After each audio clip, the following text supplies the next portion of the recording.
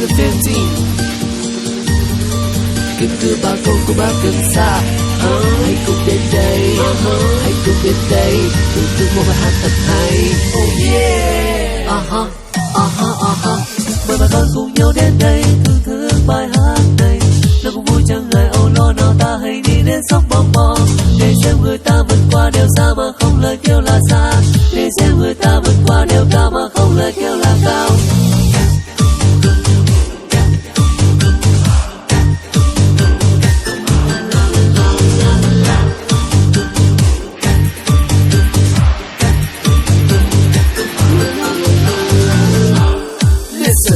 Đúng lộ bập bùng bên ánh lửa, sóng bơm bo dồn ra tiếng chảy khuya, bóng con ra bóng đê đồng đưa giá gạo ban đêm vì ngày bận làm mùa. Cánh mặn cân gạo nhiều để đánh mỹ, sóng bơm bo sẵn có cối chảy đây, người bơm bo sẵn có đôi bàn tay với tình yêu nước và thu giặc ngày ngày.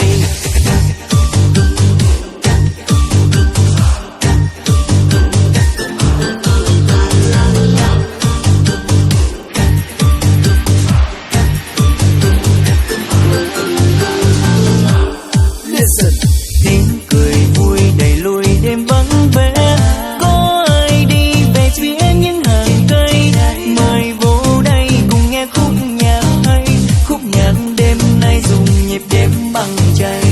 Đuốc gần tan nhịp càng thêm rắn rối, bóng trăng lên vượt khói đỉnh đồi cây, người chưa ngơi đã có sẵn người hay, cối gạo vơi đi và rồi gạo lại đây.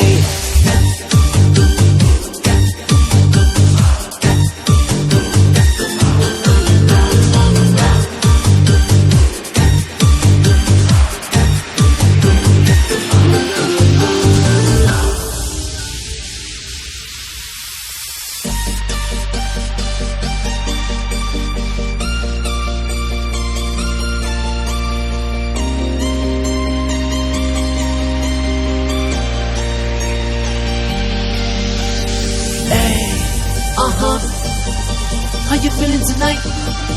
One more time. Just clap your hand. Clap your hand. Clap your hand.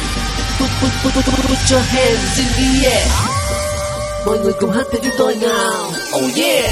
Nào cùng đưa bàn tay lên cao, lên cao, lên cao cho lòng nôn nào. Cùng nhìn lên như vì sao đêm nay mang bao giấc mơ dâng trào. Cùng nắm tay nhau bên bếp lửa nào. Nào cùng vui ca theo nhịp tim đèn bằng chay. Đúng lộ bập bùng bên ánh lửa, sóng bơm bo dồn ra tiếng chảy khuya, bóng con ra bóng đê đồng đưa giá gạo ban đêm vì ngày bận làm mùa. Tiếng cười vui đẩy lùi đêm vắng vẻ, có ai đi về phía những hàng cây, mời vô